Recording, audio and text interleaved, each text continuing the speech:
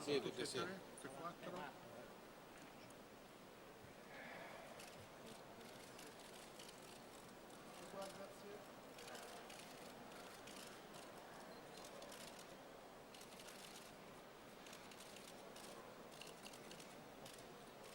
Grazie. Eccomi. Bene, il portafoglio mi dà fastidio dietro. Lo dia a me, lo tengo io. Vabbè, non è che c'è granché. Non c'è granché purtroppo. Io ho bisogno di poco. Dottor Mauro,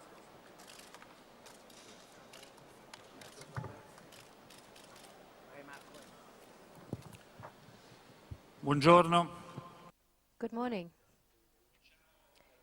Let's start by reading the message that was sent to the meeting by the the Speaker of the European Parliament, Martin Schulz, who has been unable to come, as perhaps you know.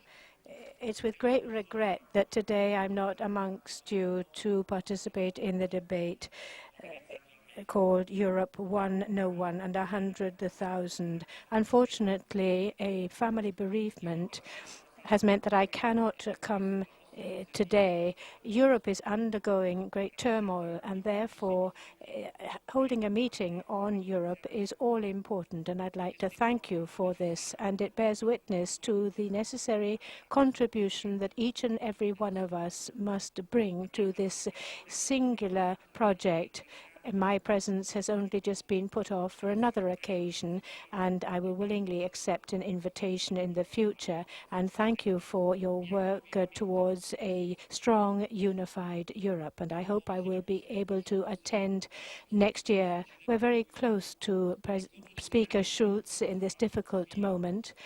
But anyway, we have very illustrious speakers nonetheless, because we have another representative of a European institution who accepted our invitation at the last minute. And I'd like to thank him. He is Vice President of the European Commission on Industry and Tourism, Alessandro Tajani.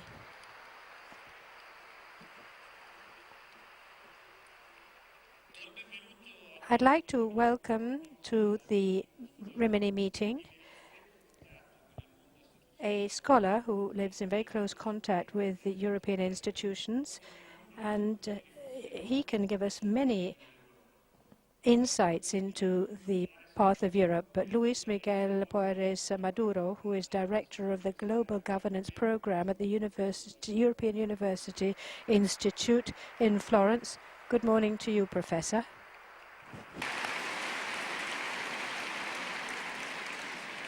He is also the former Advocate General in the Court in Justice. In fact, I promised that I wouldn't give the resume of Professor Maduro because we'd be here forever, but you will soon hear what Professor Maduro can give us in terms of content. We have Mauro, the Right Honourable Mauro, who is head of the PDL group at the European Parliament.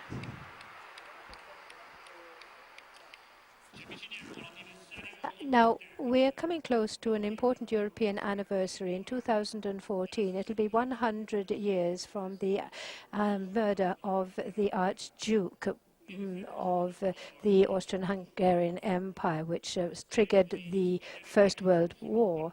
And in fact, I think we'd be wrong if we didn't look at what came before Europe.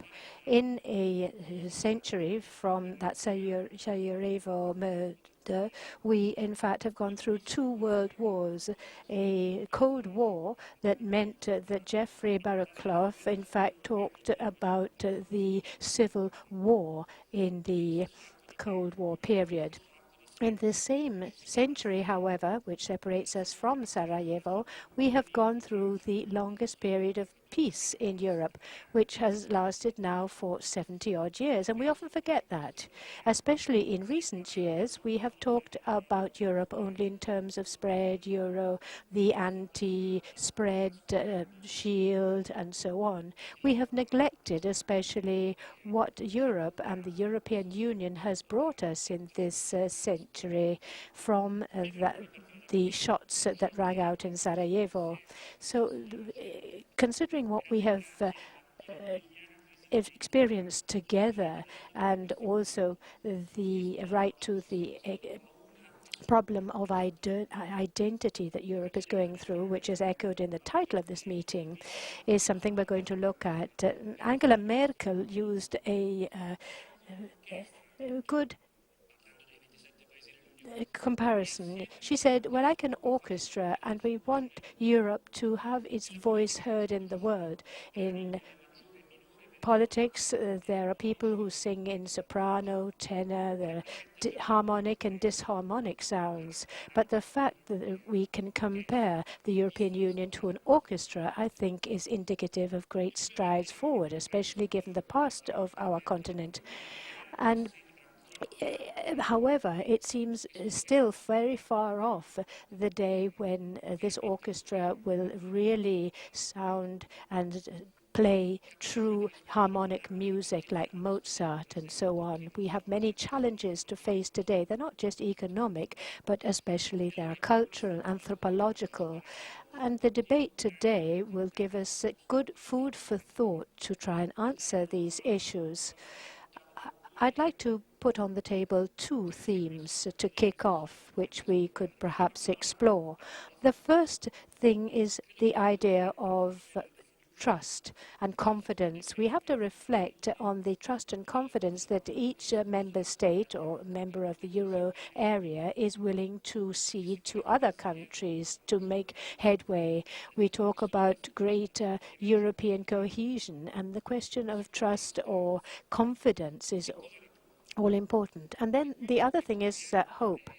Where should we place our hope? We feel that we need more Europe to save the banks, but this is just the consequence of the answer to the question of why we have bound it together, what we have in common. The preamble of the European Constitution, which was aborted, perhaps was right when it defined Europe as a privileged place for human hope. And talking of Europe, thinking in terms of more than the spread, is what I think will help us to make a step forward. And Professor Maduro, our first speaker, will be talking to this subject.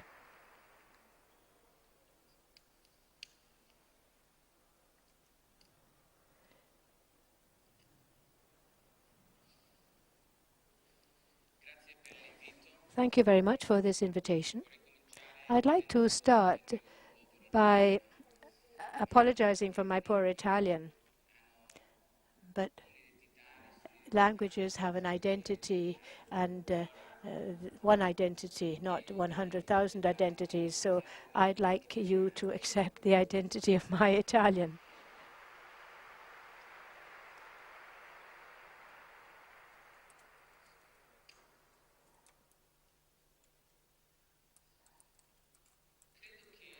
I think that the person who decided to link the crisis of Europe and the work of Pirandello on identity was a very fortunate comparison. We have a work of art, I think we can call it that, which was recently in an exhibition, and this was where the comparison started, but I think it identifies the nature of the ambiguity that many European citizens have today vis-à-vis Europe. Europe was presented in the past especially as a source of benefit, peace, economic development, mobility of its citizens and free movement of its citizens. But very rarely have we thought of it and Europe in terms of duties that we have to accomplish. And I think that to a large extent, the difficulty that we have today in measuring up to this crisis has to do with this very fact. The European public and electorate wasn't prepared for this crisis. They just read Europe in terms of the benefits that Europe offered, not in terms of the duties that went along with this European project. But the link that I'd like to make with you today is wider, because it's not a crisis of identity of Europe alone. Indeed, the identity crisis that we see in Europe is the product of a crisis of identity of national democracies in the context of globalization, and also vis-à-vis the new forms of conducting politics within and outside states. And the relationship of this crisis with democracy is at the very root of this crisis. And the first thing that I'd like to do with you is to once again reflect on the two dominant narratives of this crisis that Europe is going through, the financial crisis, in other words. Because if we think about it more deeply, we can in fact relate these two narratives of the crisis and democracy. At the beginning of the crisis, in my view at least, we have a crisis of national democracies. And there are two narratives that we find, as I say, in the public discourse on the question of the fiscal and financial crises in Europe. The first narrative says that the crisis is the responsibility of debtors. People have taken out money. And it's the responsibility is to be laid at the door of certain countries that had fiscal policies that were not responsible, that were undisciplined, and they generated an unsustainable public deficit. And these problems in certain states had negative consequences on other European countries. And this crisis is represented by the so-called pigs, where all the responsibility of the crisis is placed upon certain member states, their political and financial lack of responsibility. But there's a second narrative which says that the problems, in fact, lie, or the responsibility for the crisis lies with the financial markets. And this responsibility is more to be laid at the door of capital flows. And statistics tell us this, and especially the northern country banks, which had too much liquidity and offered too easy term credits to the southern European countries, and that this is the narrative goes which led to the excessive indebtedness of certain countries. And at the first sign of crisis, these free flows of capital from the north to the south, in fact, did what a Harvard economist called, which was a rush to sovereign debt. And that this is the second narrative. This is the cause of the real crisis. Probably these two narratives do have some grain of truth in them, and there is some truth there. But what I want to do here is not to try and define and defend one or other narrative, saying one is more truthful or more realistic than the other. Rather, what I want to do is to link these two narratives to the whole question of problems of democracy. Now, whether we are convinced of the first or the second narrative of the crisis, both of them represent, in fact, problems for democracy or democratic problems. The first democratic problem is what we could call a negative externality. In other words, irresponsible economic policies of some states have negative impacts in other states, in other member states. And why is this a democratic issue? Because the interests of these other member states have not been taken into account in the democratic processes of those member states that, in fact, brought upon themselves these financial problems. So the political and fiscal policies of a country must bear in mind the impact that these will have in another country. The fact that this doesn't happen is, in fact, a democratic issue and a democratic problem.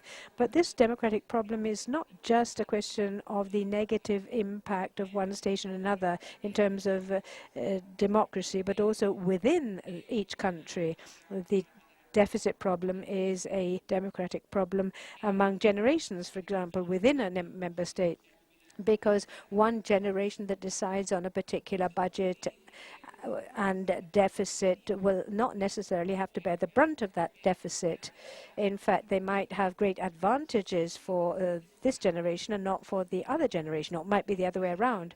But that's a democratic issue because the future generations don't participate in the decisions that are taken to create a deficit. But also the second narrative has implications in terms of democracy. And here the problems are that the excessive capital flows between member states cause problems for national democracies because they make difficult for member states to effectively take decisions. If capital leaves a state, for example, the political process is no longer effective in certain political fields. This can also be seen as a democratic problem. In other words, the financial markets, in fact, mean that they are over and above democratic control of the particular member states. And this shows us that the two problems at the root of the financial and fiscal crisis have their roots, as I say, in democratic issues, but also the formula with which Europe has or has not responded to the crisis shows us that there's another democratic issue. And this I'll try to explain a little bit later on.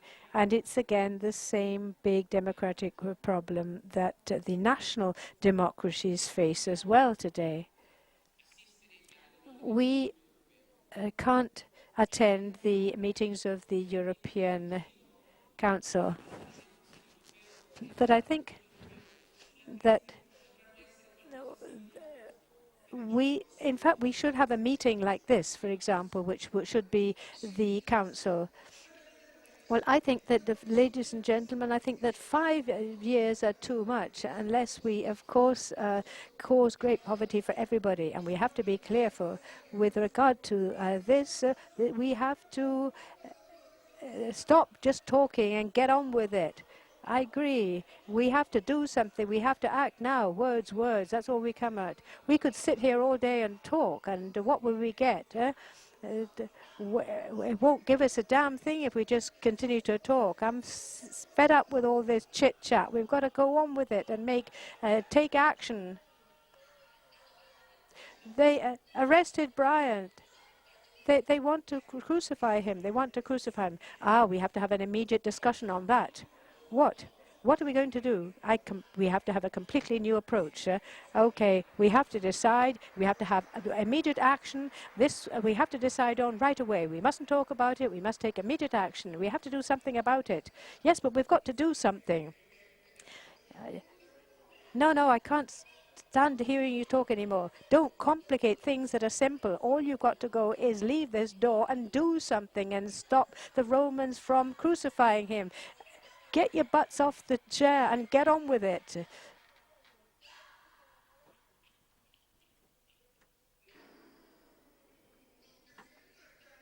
Oh, isn't she gets feminine hysteria again?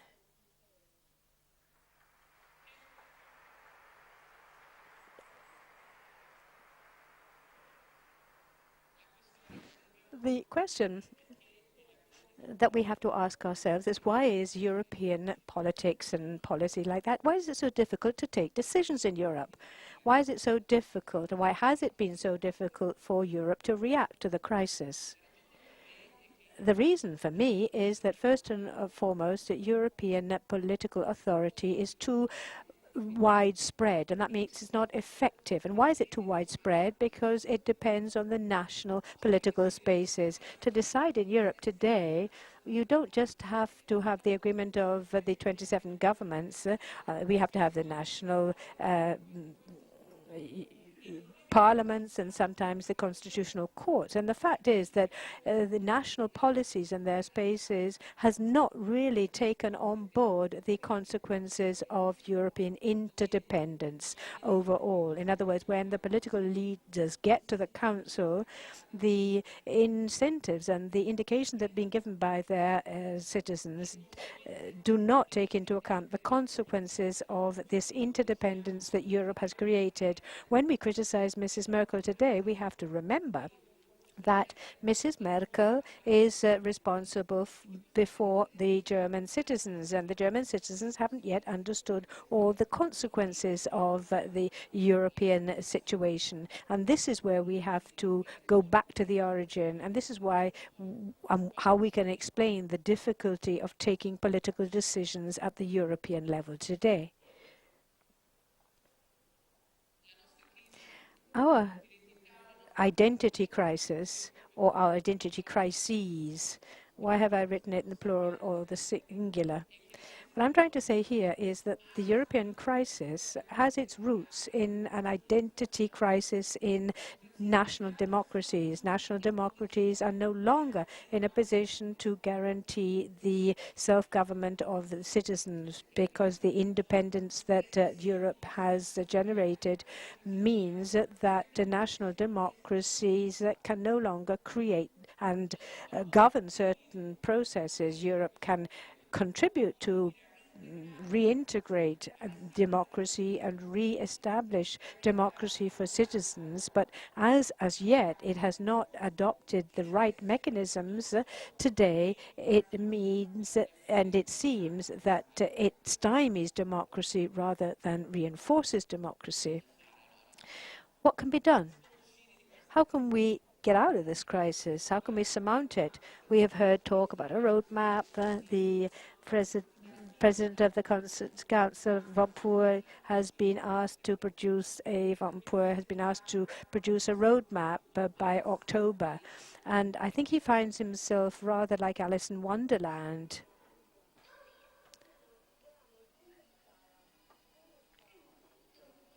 Now, let's see. Who knows what route I should take?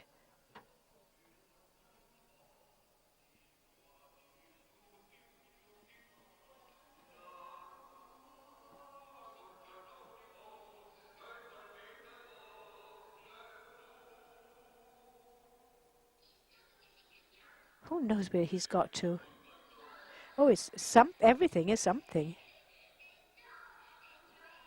Well, yes, I was just wondering. Great, you were wondering.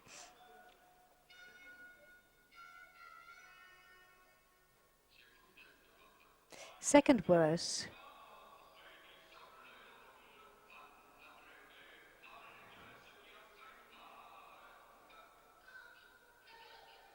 But you're a cat, yes. Wait, please don't leave. There you are, third verse. Oh no, thank you, I don't want a third verse. I just wanted to know where I should go, what direction I should take. Well, it all depends on where you want to go. So where do you want to go? This is the question that the European citizen must ask himself. We are told that the response to the crisis is through more integration. I agree. But one thing does cast fear into my heart with modern debate, is that this search for more integration is put forward as a necessity, not as a choice that we have. And there's a severe risk there that the steps that Europe has to take towards more integration may appear to citizens as an obligate path dictated by circumstances and not a real choice. And hence, I think the response that Europe must give must be seen as a response to the democratic problems of the country. Now, what forms should the European response take? We are told that we have to have a fiscal tax union, that we have to have a supervision over fiscal policies, taxes, banks, and so on. And we all hear about these supervisory mechanisms which are necessary, but there are several models there.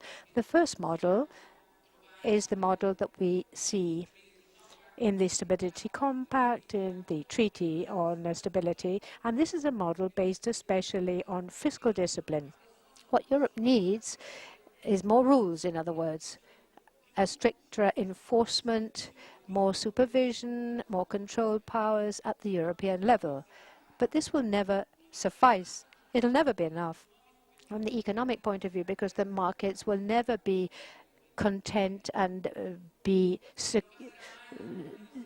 tranquil, if you like, with the advent of more rules. Even if they're necessary, it'll never be sufficient from a political point of view either, because they'll be in permanent existential tension with national democracies. So without more rules and political legitimation, we will see that there will be increasing conflict with national democracies. And we see this criticism laid at the door of those who say that we have to have financial and fiscal discipline, added to which also we have to have some of the mechanisms of mutualization of the European debt and pooling of the European debt. This would seem to be the position presented by Rompuy at the last Council. The idea of financial Europe, which links in with pooling of the nation's debts. Some countries that guarantee the debts of other countries, weaker countries, according to certain laws. And this is a democratic framework. This would take place in a democratic framework. And that, however, would limit national democratic mechanisms with a stronger role of the European level. I don't really think that this is a satisfactory solution, and it won't work either for two reasons. The first reason is that it will not give the necessary political authority to reassure the markets. If the question of pooling of the debt will first of all have to go through the national level before it gets to the European level. For example, now we have the question of the European Constitutional Court that has to take a decision. Even if at a European level things are done as is necessary, it's not a certain sure thing that in fact this will come about, because it first of all has to pass through the various national systems, and therefore this will not reassure the market.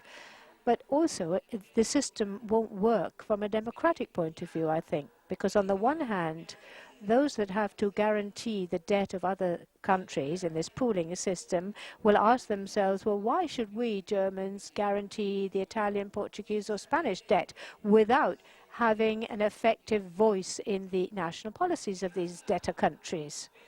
In other words, those people who will have their sovereign debt insured by other countries with conditions and strings attached will always think that they are being governed by these creditor states.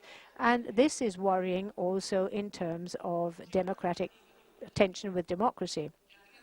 And there's another alternative, which I call a real fiscal and political union. And for this, first of all, financial solidarity in Europe must not be a solidity among states or between states, but a solidity which has to do with the benefits and well-being which is produced by being a European Union. Now, how do we approach this? Well, first of all, we need European policies to support European policies. We need the institutions and the strengthening of European powers that this crisis has shown. These powers must not be placed in national frames, but in true European frameworks and mechanisms. And I think there are 2 points here. The first, with regard to fiscal union, the first aspect is that financial solidarity and the question of pooling of the country's debts, well, these things must be supported not by a mutual agreement among states, but must come from the European budget. I mean, I can't explain in detail how this would actually work, but in other words, the European budget, if we gave to the European budget between 3 and 5% of the GDP of the various countries, then there wouldn't be any need for Eurobonds and so on. And we mustn't have to say to the German people, well, you've got to guarantee the debt of other countries. We don't know when they're going to pay or whatever. No, everybody must contribute to the European budget and balance sheet, and it's the European funds and budget that will guarantee these things. It has to be an independent budget, and therefore the European Union has to have resources which are made available by all European citizens and which will be generated, these funds, by the internal market and by economic activity within the European market. And the resources that will increase the European budget must in fact be able to make evident the advantages of having Europe. In other words, solidarity in Europe must in fact be seen in as a strict link-in with the increase in well-being that Europe in fact will offer. So solidarity must also be seen as being effective and positive. As I said, we also have to have a political union as well, not just financial union. This is the starting point for Europe. We don't, in fact, have this European space, this European political space, and we need this. And to do this, we need 2 things. First of all, we have to change the relationship of the European Union with its citizens, but not with a campaign of awareness raising or whatever. We have to have a relationship of European citizens with its policies. And today, the European Union is seen as a stick, as discipline. We need a political Europe, which is not just a stick, but which also represents a carrot. And that's why we need a larger European budget. Promoting the reforms that are now asked of states has to be carried out of the European level, and this must be carried out with discipline, but also with incentives. And this is why European policy has to change. And here too I have examples, but we don't have time to go into this. The second important aspect is that creating mechanisms which promote true European policy, a policy that touches citizens and helps to bring in common ideas, even if we have differing groups of citizens, but which are not based on the national entities, what is called proxy politics. And for example, the best instrument would be to transform the elections for the European Parliament as an electoral campaign for the election of the President of Europe. In fact, we have a tradition of parliamentarianism in Italy, for example. When you vote, you know who you are voting for. even if it's just for your parliament. But the same thing for Europe. If the various political groups, in the last elections, Barroso was the first person to present before the election. But if in the next election we have various candidates, not just one candidate, the European elections will pivot around these multiple candidates and their electoral policies and their electoral manifestos. And we could choose from the various manifestos and the various campaigns. And the President of the European Union will have a clear mandate and will have a European capital that no other leader in Europe has had thus far, if we give Europe a full budget. So a Europe, no Europe, or many Europes? For me, Europe must be able to offer citizens the possibility of having different ideas about Europe. The problem of Europe is that at this particular juncture, it seems that the choice with regard to Europe is whether we want more or less Europe. In other words, whether we're for or whether we're against Europe. That seems to be the choice today, and not a choice between the various ideas of what we want Europe to be. I'd like to cite another poet, not Pirandello. Dante comes from where I live in Florence, the Divine Comedy, of course, that you know. Dante goes and is accompanied in the various levels of hell, the purgatory, and paradise. He's accompanied by Virgil, but he can't get it. Virgil can't get into paradise because he only has reason. And Beatrice, of course, the love of his life, welcomes Dante to paradise. And I think this is a indication of how Dante saw life, and I think it's also an indication of democracy. The European Union initially was a project, a rational project, to control and dampen national political passions.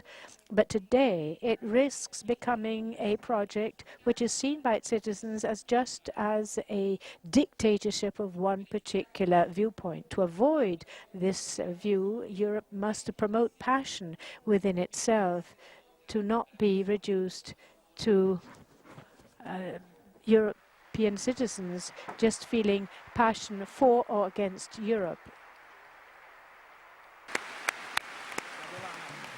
Grazie.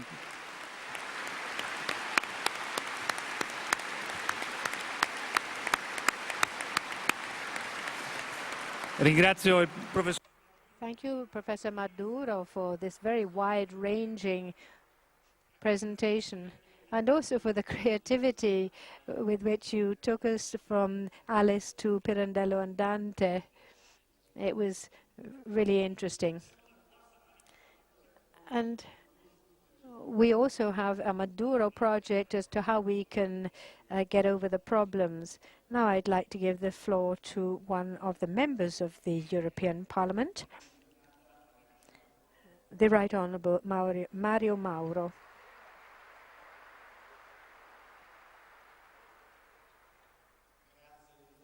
Thank you most warmly for this invitation, and I'd like to take the podium as well because the first speaker did so, but I think that political leaders today perhaps are best advised not to leave their seats too readily today, given the situation. With regard to the question of confidence and trust, it's true that the crisis is both financial and economic, and it's worsened by a crisis of the European institutions that are imprisoned in an impasse which is due to a lack of vision and a lack of courage, and that in fact is a crisis of trust and confidence. And this is palpable in the relationship among people, in the relationship among the communities within Europe. The flags which are burned in the Nystagma Square in Athens, and the Nazi symbols on some flags. This is very symbolic of this sort of lack of confidence. And unfortunately, this has led to many clashes. And in fact, we have been seen that outside, and unless we have a common vision, in fact, we have so many visions and man becomes nothing.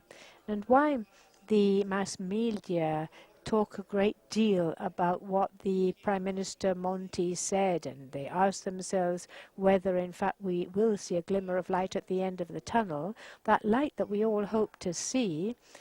Unless we have a realistic idea of what we're going through, that light will not be a solution, but will be the lights of conflict and clash. Because if Europe does not have a vision, well, Europe will be destined to engender conflict. Because our history, in fact, shows not peace and development as a continual part of our history. Peace and development have been an exception to our history. The rule, the canon and wars in Europe. And the irritation that many people see today when it seems inevitable that their sovereignty is being expropriated and that they can't lead their own and be the leaders of their own destiny, the irritation that follows after them seeing the Europeans being expropriated of their power, this will turn into real clashes unless we have a greater vision which will allow all citizens to resolve the question, as Professor Maduro said. In other words, go for Europe, not because it's an obligate path, a necessity, but because it's a real choice. Now, Catholic theology says that you can go to paradise through love of Jesus, but also out of fear of hell. So necessity is not necessarily a negative question. What is necessity? We should, in fact, if we were going to espouse this thesis of necessity, we should have understood this many, many years ago. In fact, we have a large population which is aiding. Egypt, for example, has a very large population, but very, very many young people. And this means that we have to give a coherent and consistent judgment with regard to what the the governor of the ECB says, that the European type of welfare is dead. We have to see what that sentence and statement actually means. We have to see that in our continent today, 53% of the aggregate GDP, compared to 42% of 2009, is represented by derivatives that the banks hold. Now, what does that mean? That means that we have peaks in countries like Switzerland, which is in Europe but not within the EU, and also the UK, which is 106%, and in France it's 55%, in Germany 38%, in Spain 15%, and 10.7%.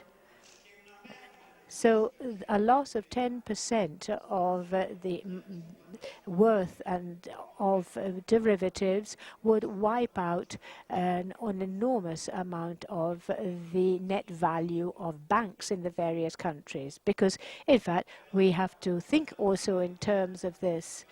So if Bardazzi's question was, why do we continue to save the banks? We, in fact, don't, we fail to really explain that unless we do so, in fact, we'll have runs on banks and we'd have riots almost in the street. But we don't really have a vision that goes beyond that. But we have to have a vision, or at least we want to have a wider vision, because the vision in CAT cannot be simply limited to being part of a table of around among other participants in Europe and bang your fists on the table to have your own country's rights heard. This is not the way to go ahead. It is not so much a question of the national interest, but we have to see things in a wider view, a European view. If we don't have this perception that the responsibility is through having a vision of the interest of Europe as a whole, and it's only in this way will we be able to get over and to avoid the risk of populism and nationalism. In fact, in 27 member countries, 18 of them have great populist movements. And starting with the Netherlands, these populist countries risk taking the leadership in these countries. And they're not in difficulty. They're AAA countries. And they might well decide to leave Europe. And this would lead to the complete ungovernability of our continent. I recently heard in Parliament a speech given by colleagues of mine, and they said we have to combat the smugness of the countries of Northern Europe vis-à-vis the Southern European countries. You could say that's all very well, but the fact that the colleagues were Borghese and Salvini, who were Lega Nord, North League, Italian parties, so that means that somebody is always the southern poor country cousins of some other north. Now, what they were saying, these Northern League colleagues, was that dramatically, in fact, we see the demand on the part of many AAA countries or near AAA countries that southern states reform themselves to become once again competitive, and that's all very well. But on the other hand, we see also the demand on the part of many of our countries to have sufficient time and solidarity to be able to carry out these dramatic changes. So how can we blend these requests and demands together and give concrete hope? This is the real dilemma that we have to face, and we have to develop the solidity and solidarity amongst us, and this is the only way that we can give a prospect to ourselves for the future. Let's look at the problem from a different point of view. Let's try and think in terms of if we were already a federal unit, if we were an accomplished political unit, and we had already achieved the dream of the founding fathers, we'd already be the largest economy in the world, with the possibility of managing our contradictions in a much quicker way, which would take into account the needs of all countries, because we would be a very much stronger economy than the US economy, and we'd have the same opportunities having a federal government, and we would be able to resolve our contradictions much better and much more quickly. Would in fact one of the countries participating in the federation, were we a federation, would we have allowed a country to accumulate such a vast debt? This wouldn't have been allowed. Had we been a federal Europe, a true political Europe, we would have been able to put up a deterrent also to conflicts. We would be able to pool our troops and armies, and also we'd have a conglomerate of countries that for many years, for example, have abolished capital punishment, whereas China and the USA are still tangled in a congestion of messages in one of the most elementary questions of human rights. So to really understand how you can make Europe possible is to, if you like, start to think about what we really want a possible Europe to be. Think of it in those terms. Europe can be a possibility in which we overcome the contradiction of nationalisms. And a possible Europe, this, which is, if you like, a sort of parody of the union of the socialist communist countries, when we have, for example, former Soviet Union, which in fact was a parody of a true unity, and where at the end of the day imploded. And this is something that we do not want to go to. We have, in fact, started to see once again the boat people coming to Lampedusa, and we can't see this as the boundary and the border of Italy. We have to see Lampedusa as the frontier of Europe.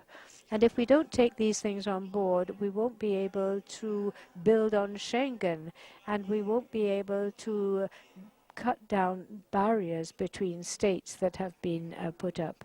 This is what we have to ask ourselves, and it's this sort of political courage that we have to have, and we have to ask of the leadership of the individual member states.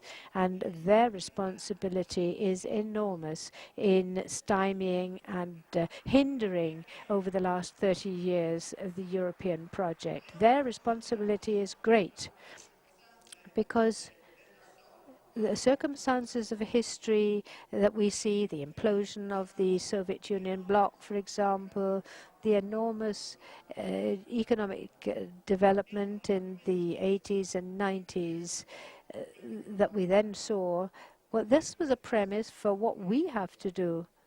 It allowed our country, for example, to leave aside a period when there was dirigisme and state-run economy, which was the only role we could have within the Western economy. And we had created a state that was a nanny to everyone, and there was practically a one-party rule. And Germany was, in fact, worse off than we were 20 years ago. How come it now is in the position it is in, and how come we have slipped back so much? But again, it's not just for our country that we need more Europe, and we, for the whole of Europe, in fact, are at risk if we drag our feet and do not take that next step, because in fact this is what will bring and give rise to a populist government in a country which is again a wealthy country. So the main parties of this country now in fact hide behind the so-called technocratic government, and they're not taking their responsibilities. And they risk, in fact, causing a bloodbath, and they are not backing true reforms which will help us get out of this situation. These parties that have shown some sense of responsibility and gone along with this strange majority, it's true, but in the future, this will cause a division on Europe, and future alliances, in fact, might well be different alliances than what we would imagine today, because the decisions that are freely made will have to be taken in the direction of Europe if we want to pool the debt, for example, and we have to be clear on this. The fiscal compact mustn't become a scarecrow and seen as the risk of losing democracy, but it also must be seen as a way in which Germany will be encouraged to go along with the pooling of the debt, because everything has to be done to leading towards a greater political sharing in the future. And that inevitably means loss of sovereignty. But that loss of sovereignty is compensated by the fact that you can do the right thing at the right time. Very few indispensable things: governing the economy, governing foreign policy, giving every citizen an insurance that justice will be given. Questo è quel che deve fare l'Europa. This is what Europe has to do. And for Europe to be able to do this, we have to have generosity, not to just see this in terms of sovereignty being yielded. Senza una innovazione. And in fact, if we don't have innovation of the institutions, if we don't have the ability to think of our future in new terms, we really won't be able to continue in this stalemate situation. But more than that, we will open up new conflicts. Karlsruhe, for example, in fact, got off its knees, not because of the European treaties, but also it was the determination of its people to develop and go along with the new program. So I ask you yet again, do you think that just one of the countries of the European Union can by itself solve one of even the smallest problems that afflict the European Union? Quelli grandi, di quelli importanti. Let's talk about the large countries. Germany, a great country, the UK, the headquarters of finance, France, perhaps the most solid in terms of institutional mechanisms with a law and which guarantees presidential rule. Italy, which is the powerhouse of great creativity. A country that has all the records in the world. I mean, why shouldn't we ask how come Italy is the second manufacturing power in Europe? You have to ask how, rather, in the presence of such disarming policies, which makes Italy so fragile vis-à-vis other countries, how it can still hold this position. Che cosa accadrà di questi che sono I quattro? So what is going to happen to these four players in the G8? It will mean that in a couple of years' time they will no longer be part of the G8. Why do we talk about necessity and choice? We have to focus on exactly what our situation is, and we have to bring to bear all the support that we can muster to help the weakest among us. Because if we lose this view of where we should go in the future, nationalism, which is fanned by the winds of populism, and there's a great risk there, will hold sway. In the press, it is described as being a conglomerate of political determination made by people who hate the world and want to wage war. No, populist parties, ladies and gentlemen, have different views than me, but they have the same electors, because the people that can't in time develop a relationship of trust with those who are in power and have to take courageous decisions will then turn to those who, rather than take courageous decisions, take decisions that are governed by fear. So if fear thrusts us to clash, well, then in time, we will in fact lose hope. But we have to have hope. And the real hope for the whole world is the presence of that Europe that Maduro was talking about. Europe, in other words, that has the possibility of taking its place on the world international stage, and which will allow the conditions that I talked of before.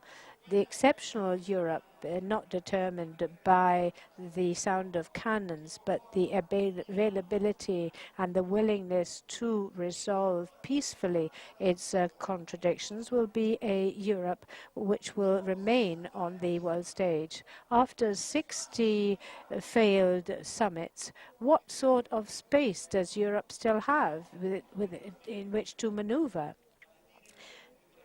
And my message is that there is very little time left. The time is short, and this short time has to be really understood as being very short. It's a dramatically short time that we have, and we have to have the strength to leave behind us the vestiges of a stagnant way of thinking and launch ourselves to thinking about the real thoughts and drive that founded Europe. In other words, that which unites us is stronger than that which separates us.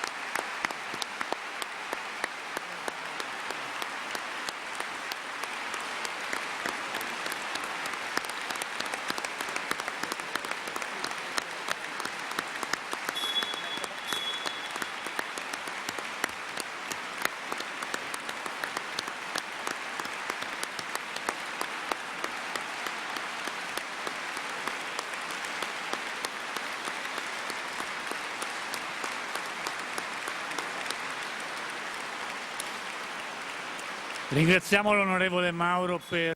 Thank you, the Right Honourable Mauro, for the passion with which you have placed in the foreground the terms of the question and how you brought back the dream of the United States of Europe to the center of our discourse, and how you reminded us of that sense of responsibility that all of us, from governments to individual citizens, that we must have very clear in our minds at this moment, which is so dramatic. Time is short. Our time is always short. I'd like to give the floor, however, to the Vice President of the Commission, Tajani, the floor to sum up. Grazie, innanzitutto. Thank you. Thank you, Mario. I have worked with Mario as well in many years of European work, and I'm sure that Mario, in fact, would have been a marvelous Speaker of the Parliament. His sense of responsibility is very visible. And he has all the prerequisites to be a very good political leader. And he has many ideas. Now, to try and pull things together, the two presentations that we have heard, I think, show that there is a further number that can be added to the number of the title, Europe, one, none, and 100,000. I would add 500 million, which are the number of European citizens, for which all of us who are part of the institutions are duty-bound to work for and to provide the best conditions for good quality of life at this time. Now, we can answer these citizens, these 500 million, saying perhaps that there is no Europe that need be chosen. Is that what we could put forward? This would be a negative choice, just to say no to what is happening, what we see in front of our eyes. And this could be, in some instances, seen as the best solution. But as Mario said in his presentation today, if the institutions want to guarantee the right rules, fair living conditions, and the respect of certain rules to its citizens, when competition is global now, the institutions cannot try to reduce the space of their actions, but rather must ensure that the 100,000 differences converge towards a single choice. Global competition today does not allow us to go it alone. What would Italy be? What would we Italians be if we were to compete alone with China? What would Germany be if it were compete alone against India? What would France be if it were to compete alone against the US? What would Poland be? What would Spain do if by themselves they had to take on Africa, an emerging country, and South America, and Canada? So as you can see, these are macro areas that vedono crescere see the well-being of their citizens constantly grow. This is the challenge of the future for us. And that's why we have the duty to make a choice and choose a political Europe. Of course, we can't choose a bureaucratic Europe. That wouldn't be very useful, and it wouldn't, in fact, create enthusiasm among citizens to back Europe if it were just bureaucratic. But these 100,000 Europes, these are our strong points.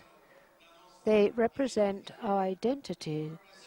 They, however, do not represent and must not represent a reason for discord and strife. The history of Greece is not officially our history, but our roots come from there. What would we have been? And what would we be if the Greeks had not defended their territory from those who came from the east in Salamina and other historic battlefields? And what would we do if we didn't have the benefit of Plato and Sophocles and Socrates thinking about what man is, not just a thing of brute force and muscles, but that there was a soul in this man that defended himself against the barbaric hordes? And what would we have been had there not been the Roman Empire that gave us infrastructures, laws, ideas? Rome was especially an ideal. It wasn't just the capital of the empire. And had there not been Rome, how would Christianity have been spread? And had there not been the Benedictine monks, for example, to transmit the roots of our culture? And Voltaire, how could he, the adversary of the clergy, how would he have been able to formulate his criticism? And had there not been so many German musicians, and had there not been so many German jurists, how would Roman law have been passed on? So as we talk, we could really make 100,000 examples to say at the end of the day that these are all points of strength, and also the languages we have. I don't think it's right just to have one European language. That is not the element which will bind us together. There's something more. Mauro said we are the only reality in the world where the safeguard of human life has led all member states to abolish capital punishment. And I think that is a great step forward in civil terms. It's a great civic achievement. And this Europe that we're talking about, certainly we mustn't just put it in terms of Europe, yes, Europe, no. We must see it in terms of what sort of Europe we want. Because if we don't debate what sort of Europe we want, the risk is that others will conduct that debate simply in terms of Europe, yes, Europe, no. Because if there is no resolve to achieve the other, or get to the other side of the river, because in the middle of the river today, we risk strengthening those who want to go backwards. So Europe must be able to respond to citizens' demands and requirements. And I fully agree that there is a need to push forward to give more democracy to European institutions. We haven't concluded our journey yet. The European Parliament is not sufficient, nor is a community which is embodied by the Commission and the Council, which puts the accent on European rather than national interest. That's not sufficient, however. Very often the meetings of the Council where one country tries to safeguard its own vested interest as if these interests weren't all intermingled. Of course, it might assuage the German people who say we don't want to pay for the debts of other countries who have been less virtuous than us.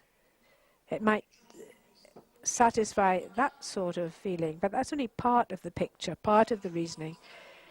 And had there not been these countries, even if they're less virtuous, Germany and the other countries which are better off than these countries, would Germany and these other countries be in that situation? Had there not been a great internal market with 500 million people to buy German products, and had there not been the euro, would the German situation be the same or would it be different today? So if you think about it, those who are, to a certain extent, asked to make sacrifices realize, and have to realize, that some advantage has also been had on their part from being part of this group. But the solution is not to go backwards, but rather forwards. The final aim must be that of achieving a United States of Europe. It's a long journey. We can't remain in the middle of the stream, and Mario says it is difficult. It's a long haul, and this is something which is repeated by Draghi, Van Rompuy, and Barroso, and they all talk about going in a direction, the direction of a more political Europe, able to resolve problems and take decisions and do so better than it's doing today. This is, we need more politics, more political Europe. And this is the answer that we have to give to those who say no Europe, from the Nazis or the nationalists of Greece, or even the outraged people like the Five-Star movement of Grilli in Italy. These movements that just go against things. And we mustn't be surprised that these movements, in fact, are springing up and mushrooming everywhere in Europe. It's a way of reacting to the crisis.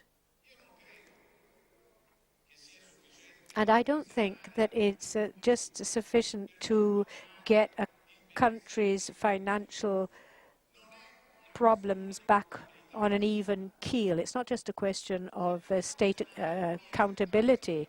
Obviously, we have to restore the economy of a country, and we have to restore the public accounts. But as the Commission is insisting, we have to look at real policies, developing the economy, industrial development, development of SMEs. For too many years in Europe, we have, in fact, just put the accent on the financial side, which in fact just helps the circulation of money and helps the richer rather than those who want to produce wealth, not just those who want to distribute wealth as a policy just linked to the financial sector does.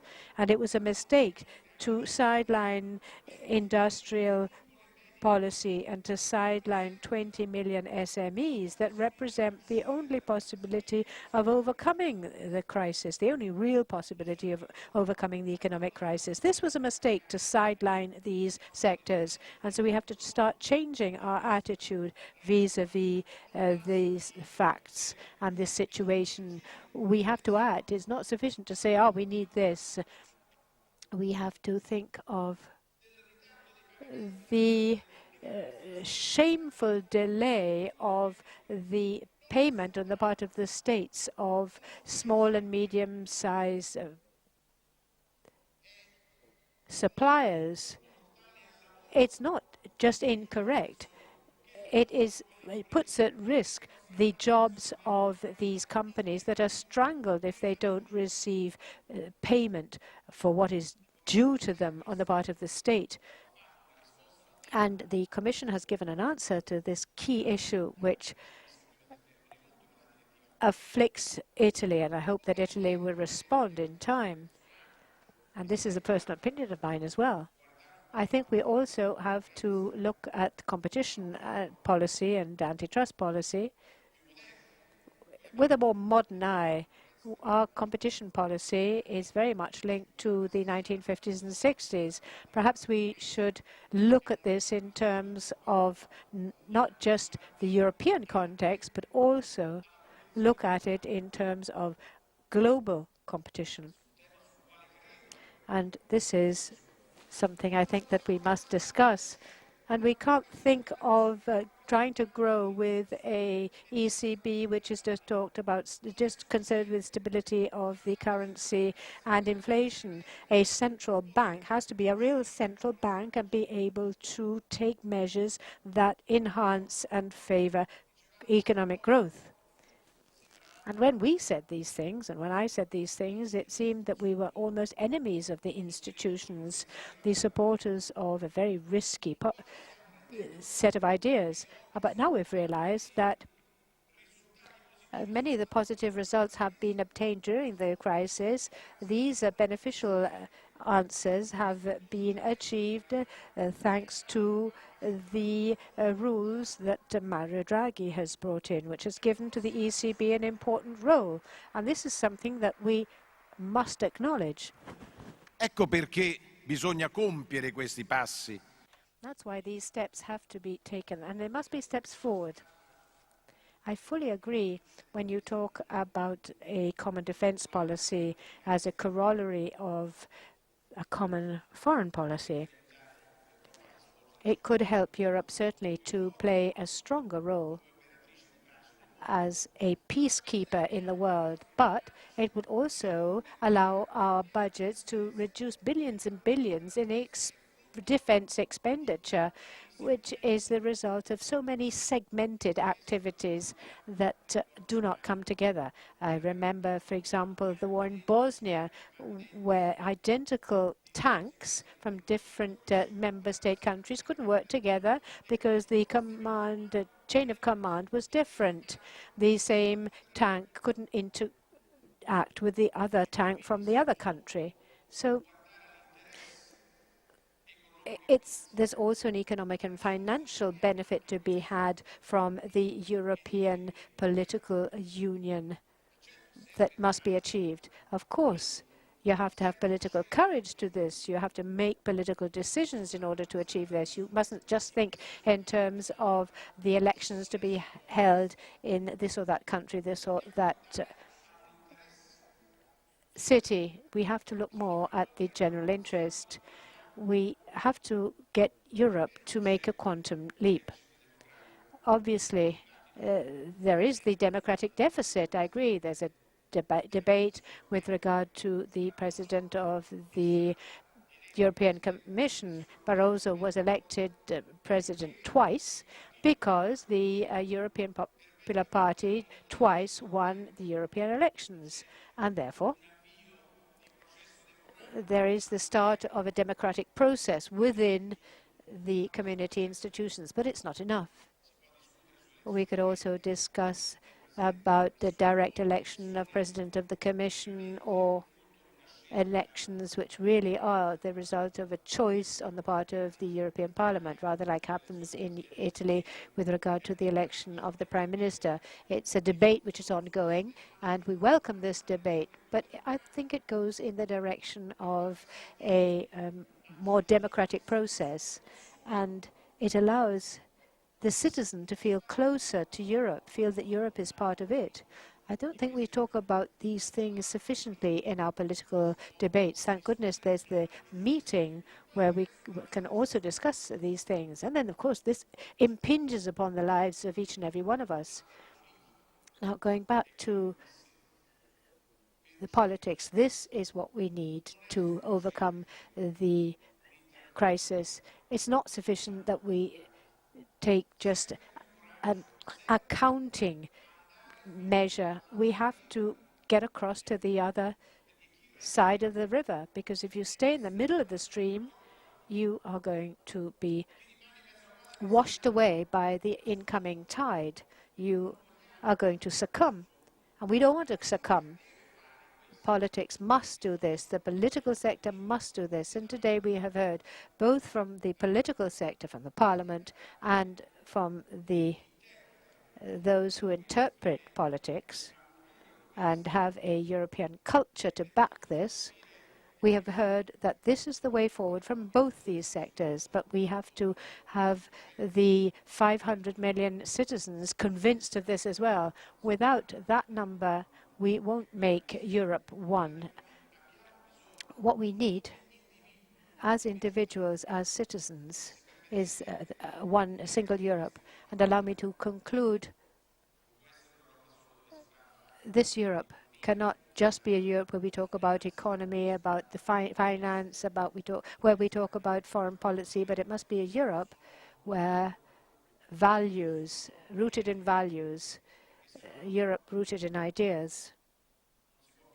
Because we can't think that we can fire souls just talking about spreads or percentage of GDP, percentage of GDP, I beg your pardon, or this or that state's financial situation.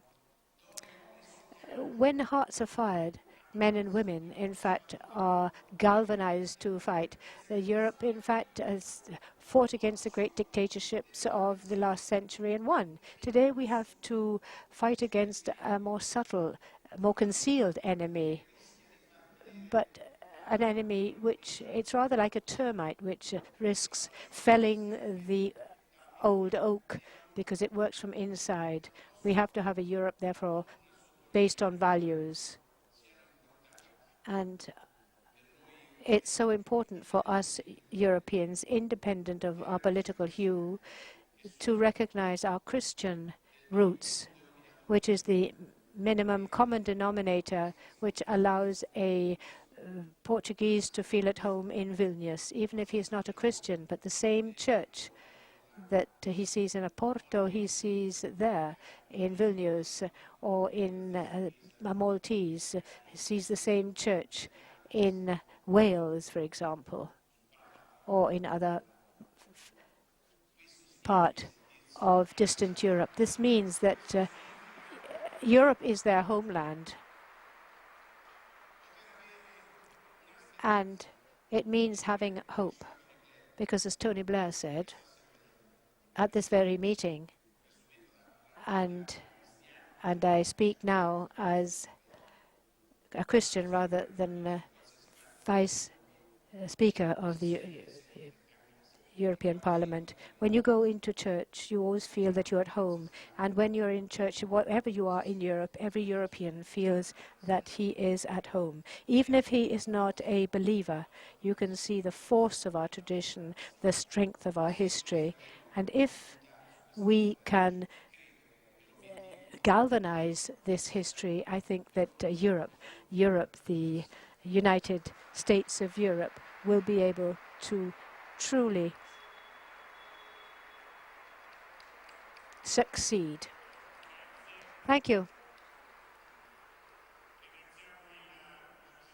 Thank you. I'd like to thank the Vice President of the European Commission for this presentation, and I'd like to thank the Right Honourable Mauro and also Professor Maduro for their contributions. Thank you.